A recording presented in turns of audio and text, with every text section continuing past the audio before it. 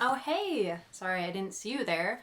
Yeah, I am just, on my phone while recording a video. Which you might be asking, Shannon, how are you doing that? Don't you record all your videos on your phone? Well, normally I do. But guess what, guys? I got a camera! So I can finally, I don't have to be on my phone during videos, but the quality should be far improved. I have autofocus. I can get the blurred background, which hi, how close, how close can I get? If I can get closer, I have the blurred background, which, seems to be a thing in everybody's videos.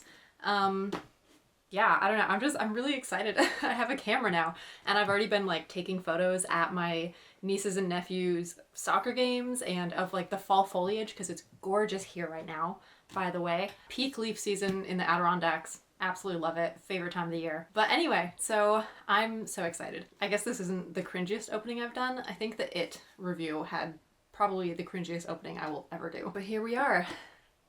Yeah.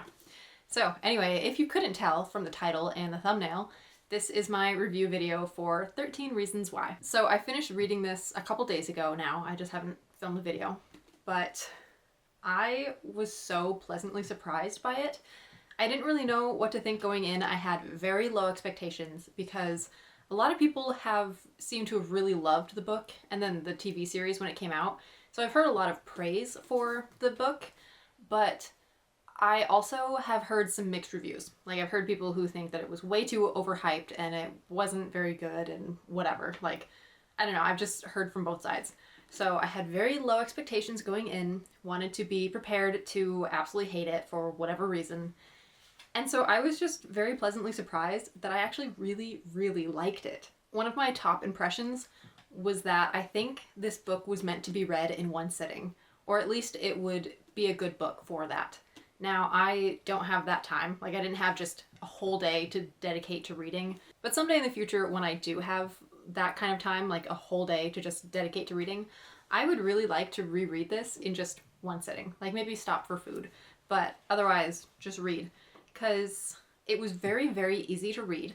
I would sit down and read big chunks at a time without realizing how much I had read.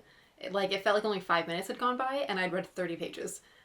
Which obviously more than 5 minutes had passed, but it was that kind of book where it just is very easy to read and it flows well. And for me, I think that's because it is 95% dialogue. Honestly, maybe more. Because if you're not familiar with the book, let me go ahead and just, do a little introduction, I guess. If you're not familiar with it, Hannah Baker has recently, I don't think I have to worry about being demonetized on these. I don't make any money. So, Hannah Baker has recently committed suicide, and she recorded a bunch of tapes about different people from the school or from her life and how they affected her life, and then she sends them out after her death.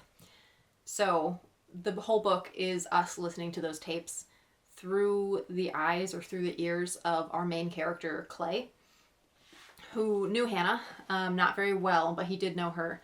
And so he's listening to these tapes and we're getting his thoughts and his reactions. And one of the reasons I say I think it would be a good book to read in one sitting is because Clay listens to all the tapes in one sitting.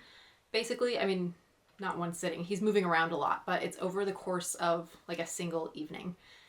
So, he never takes a break and we don't get the next day or the next week or whatever. It's all happening at once. I think it would be really, really cool to just read it like that. Just sit down, read it all at once. And preferably start in the evening and pull an all-nighter or something. I think that would be perfect. But again, we can't all commit that kind of time to reading. Other things are going on. We all have life happening and I don't know, work, school, friends, whatever. That is not how I read it, but I think that would be really cool, a cool way to do it. But anyway, since it is okay, but as I was saying, talking about dialogue, since most of it is Hannah talking into a cassette recorder, that's all dialogue, obviously. And then we get Clay's interior thoughts, but they're written very conversationally as dialogue also. Not oh, I went here and did this, which there's some of that because he is moving around town as he's listening. But a lot of it is him talking to Hannah, responding to what she's telling him on the tapes. Or talking to friends or whatever. Like it's a lot of dialogue. And I love dialogue. Dialogue is very easy for me to read if it's done well. I've read some really bad dialogue, especially lately. So this felt nice. Basically, you're just being told a story. Like in the simplest way possible. In the simplest definition, you're being told a story. You're not reading a story. You're not reading what all the characters are doing. You're being told by Hannah.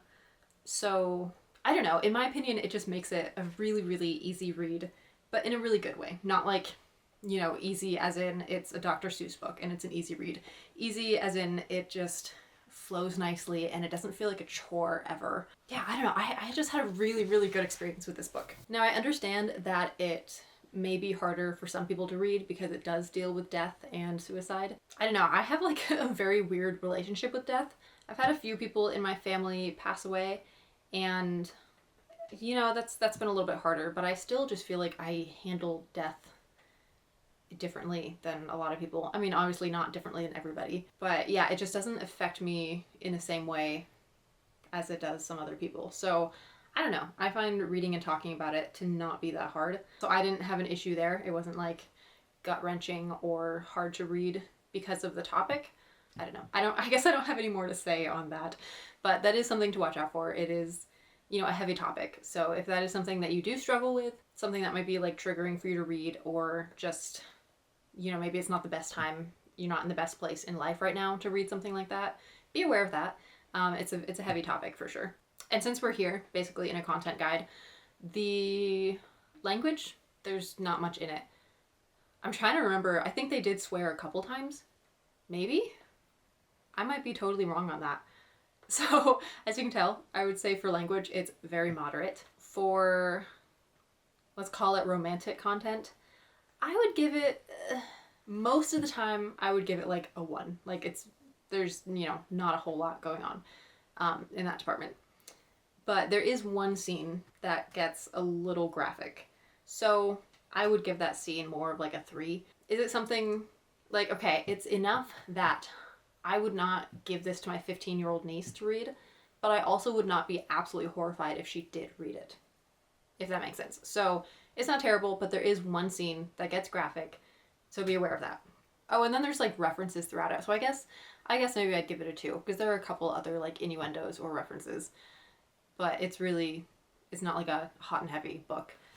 It's not spicy. There's just a couple little things here and there. None of it is gratuitous though. Like it's all for the plot and for how it affected Hannah, and so yeah, I think it's justified, but just throwing that out there. I guess as far as like graphic content, again, it's about suicide, but you don't ever see that. She talks about like different ways that she could commit suicide, so that's maybe a little more graphic, but it's really not bad either. So it's like, it's a great young adult book. I've said this about a couple other books, but it's what young adults should be, basically. It's definitely, you know, aged up more than The Maze Runner, I would say, just because that book that series felt very middle grade. Like it just didn't feel young adult to me. But as far as content goes, this feels like young adult. Like it's written for this age group and there's not a whole lot of content in it that you need to watch out for. It's just, you know, a nice story. And I should say nice story because it's not a happy ending. It's really not a happy ending. Although I really do like how the characters seem affected. So I think that was really well done too. Okay, so I think that's gonna do it for my review of 13 Reasons Why. I don't have a whole lot more to say on it. Yeah, I think I gave it 4 stars on Goodreads. I would definitely read it again. I'm definitely gonna hold on to it. And I wish I'd read it sooner because I've had this book on my shelf for years. I mean, okay, there's a 4-year gap in like what's been on my shelf because while I was at college, all my books were in boxes under the house and I had no access to them. So I don't really count that 4 years because I wasn't doing a whole lot of reading other than school reading and I wasn't living at home and whatever. But I've had this book, you know, for a few years before that even. So I should have given it a try earlier. I don't know, there was all like the controversy around it where some people really loved it and some people really hated it and I didn't want to get all hyped up and read it and not like it because that's no fun. I guess that's why I put it off for so long, but it definitely was worth the read. I really, really enjoyed it. Just a nice, easy, fun time with the character. Not fun time, but like, it's that kind of slice of life reading that I like. Just kind of going through a day with one of the characters. So, anyway, okay. So that's it for the review. If you've read the book, let me know down below. I would love to chat about it more. If you've watched the show, let me know if it's worth it and if it's done well. I don't really know very much about the show either. Like, I haven't watched any reviews or scenes or whatever. Like, I don't know a whole lot. So I'm very interested to see how they would do it. Because like I said, the book takes place over an evening. And I'm assuming the show has to do more than that. So I'm wondering, like, if they do flashbacks to what Hannah's talking about. Because you obviously also can't just, like, have somebody listening to a set of tapes the whole time. That would be kind of boring as a movie. So I'm assuming whatever she talks about in the tapes is then shown as a flashback or something. Or maybe maybe the show starts before she's passed away and goes through her, like, last...